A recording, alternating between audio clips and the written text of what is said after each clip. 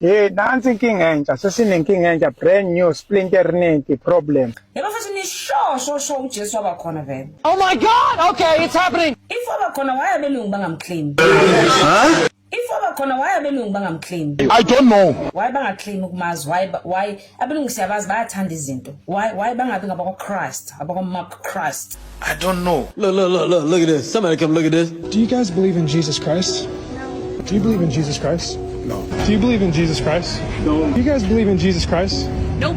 Look at this. Do you believe in Jesus Christ? Yes, I do. Ah la la.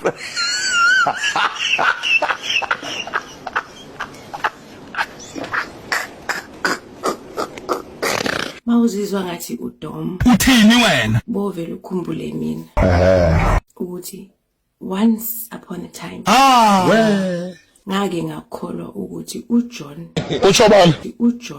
wagwenywa inhlanzi for days. Yebo. Yahamba yayomhlanza kwelinye izwe. Waqhubeka nelife. Ababukeli bethu bawathumelile amavideo abo bephawula ngalolu daba. Hayi mina ngigeza izandla ngabantu ba South Africa. Ngigeza izandla ngathi bantu ba South Africa. We are just a joke. A man who gives you herbs to drink is a witch. A man who aborts your wife and takes the fetus to make tablets and give you back to drink is a doctor. And your government says this is a witchcraft act. It's not witchcraft as a noun. It's witchcraft as a question. Witchcraft are you using? Religion is the greatest weapon a colonizer has ever had, especially over African people. Ngale kwaJuda ayaziwa lenkabi bafethu, ayaziwa lenkabi. Uthi umbuzo yafika kanjani eMzansi uma ngakubo ingaziwa. Africa gave Yeshua to the Europeans. Africa is a direct progenitor, the mentor, the teacher of what we have now come to call Christianity today. Shothi i-character leyaqanjwayo ngabu King James ngabubani ukuthi ifisha impintshwa ibe khona laphana. I have to disagree with you on this one. The reason I disagree is because I'm a testimony of prayer working. You understand? About 2 weeks ago, they tried to hijack me. They took my phone, but they didn't take my life nor my car. Your Majesty, did you know that Africa is the most Christian place in the world, statistically speaking? This is in terms of the number of people who identify as Christian and also people who practice Christian religions regularly, such as prayer, going to church, and paying tithes and offerings. Yay! But somehow the continent of Africa is the most poverty-stricken place in the world, Your Majesty.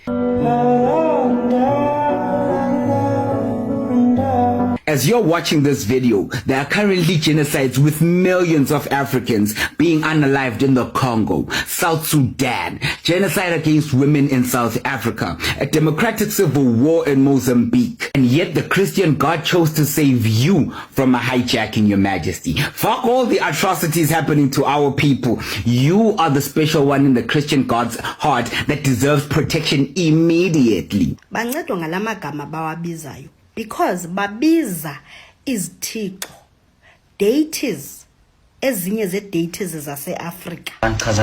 Like umkhulu womkhulu. Bona bamile nkulunkulu. Ondlebe zikhanyilanga babengazange bakwazi ukuthi umkhulu womkhulu. But mkhulu. Ayiziyakhala la ka TikTok. Eziyakhala sibe loudspeaker. Ngoba uyabona amandla inamandla aya yonke into ekuthiwa ikhona emhlabeni ukuthi kwakhamba kuxoxa imlando impintshwa nje. Ondlebe zikhanyilanga zange bakwazi ubiza umkhulu womkhulu. Idlozi lokuqala lase Africa. Mina vele ngamanje nithi zwina ngivele angiye. God have mercy upon us.